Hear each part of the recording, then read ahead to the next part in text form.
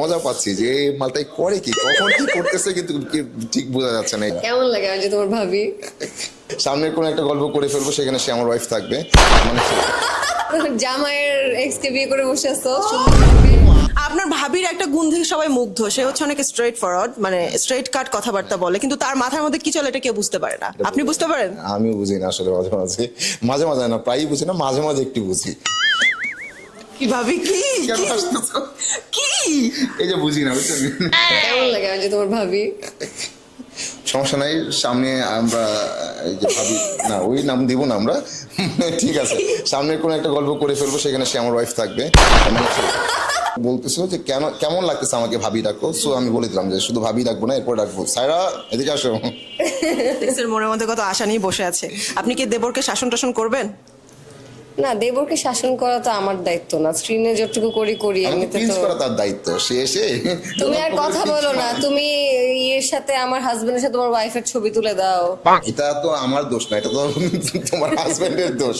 ও গিয়ে বারবার মেহরিনের সাথে ছবি তুলে, বদলের মতো ছবি তুলে দিচ্ছ কেন? আমি কি করবো? আমার বউ আমাকে রিকোয়েস্ট করছে, নেভার, আমি আমার বউয়ের ছবি কেন ওর এক্স এর সাথে ছবি তুলে আমার দিব? বউ মানে আমাকে why? রিকোয়েস্ট করছে একটা ছবি তুলে দাও। এটা আমি বলছি আসলে ঠিক না, আমার বইয়ের আশেপাশে যেন না যায়, যেন সামনে রাখে, প্রয়োজনে দড়ি দিয়ে রাখো। একটা ফ্যামিলি না? আচ্ছা আপু, আপনার একটা সিন নিয়ে খুব মজা হচ্ছে। আপনার শাশুড়ির হাতের রান্না আপনি খাইতে পারতেছিলেন না, পরে বলছেন যে আম্মা টেনশন নেই, আমিও রান্না পারি না। রান্না আসলে আমি পারি, আসল কথা হচ্ছে যে এই বাসার রান্নাঘরটা অনেক ছোট আর আমার অনেক গরম লাগে, তাই আমি বলে দিচ্ছি যে যাতে তার খারাপ না লাগে যে না আমি রান্না পারি না, বিকজ সবার মন রাখতে হয়, শাশুড়িকে তো হাত করে রাখতে হবে না। এই যে দুনিয়াটা সোজা হলো, তার জামাইটা এত সোজা না, ও খুবই তুমি কঠিন। কেমন যে আবার জামাইয়ের এক্স কে বিয়ে করে বসে আছো? আমি একটা মানুষকে হেল্প করছি, আমাকে বলছে হেল্প আচ্ছা হচ্ছে নাকি, আমরা কেন ঝগড়া করতেছি? আমার ক্ষেত্রে কিন্তু ব্যাপারটা এই ছিল না, আমি আমার ক্ষেত্রে ছিল মেয়েটাকে আমি বলছিলাম যে কোনো হেল্প লাগলে আমাকে যেন বলে, সে বলছে হেল্প করতে, আমি হেল্প করছি। এরপর সংসার করতেছে, সেখানে তো দায় দায়িত্ব চলে আসছে, সংসার করতে গিয়ে দায় দায়িত্ব চলে আসছে। আমি একটা বাউন্ডারি বিয়ে করে, এটা আমি জীবনে দেখি এত দায় দায়িত্ব বিয়ের পর চলে আসতো, সেটা তো এখন মানতে হবেই, মেনে নিচ্ছি। আচ্ছা, মেহেরিন যে খুব পার্টটার নেয়, সে খুব ভালো, সে অনেস্ট এবং আপনার সাথে একটু পার্টটার নেয়, ব্যাপারটা কি আপনার হজম হয়?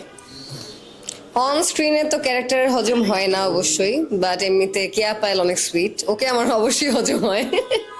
অফ স্ক্রিন আপনার আসলে কতটা ভালো বন্ধু? যে আমার মনে হয় যে এটা আমাদের এই গল্পতে সেটা প্রত্যেকটা মানুষই সবার সাথে একটু ফ্যামিলির মতো করেই থাকি না আমরা, সারাদিন দেখা যায় একসাথেই আছি। এটা আসলে পরিবার, আর পরিবার বলেই অন্যান্য পরিবারের কাছে এই পরিবারটাকে পরিবার মনে হচ্ছে। হ্যাঁ, আমাকেও মানে যেখানেই দেখছে হয় সায়রা বলে ডাকে বা ডাকে রাজকুমারী বৌমা, আমার খুব মজা লাগে। ফাহাদ চরিত্রটা আপনাদের দুজনের কাছে কেমন লাগে? এক বাক্যে দুই বাক্যে যেভাবে বলেন। আপনার জামাই আমার কাছে তো ফাহাদের চরিত্রটা এখন খুবই বিরক্তিকর লাগছে, কারণ হচ্ছে আমার হাজবেন্ড যদি আমি দেখি যে তার টেনশন অন্য জায়গায়, বা আমার যদি তাকে ট্রাস্ট করতে সমস্যা হয়, আমার জন্য এটা অবশ্যই একটা কষ্টের ব্যাপার।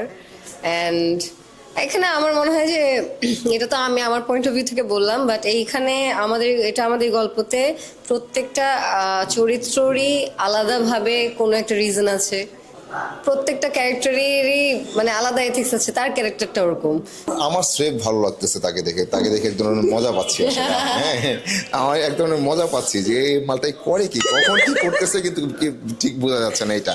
কিন্তু তোমার জন্য রেডিমেড পাত্রী চলে গেছে ট্রেন করে। কিন্তু আসলে এই চরিত্রটা বিশেষ ভালো লাগার আমার কাছে এই কারণে যে এই চরিত্রটা কিন্তু খুবই ফ্যামিলি ওরিয়েন্টেড একটা পার্সন, যে শুরু থেকে সবার কথা ভাবে এবং তার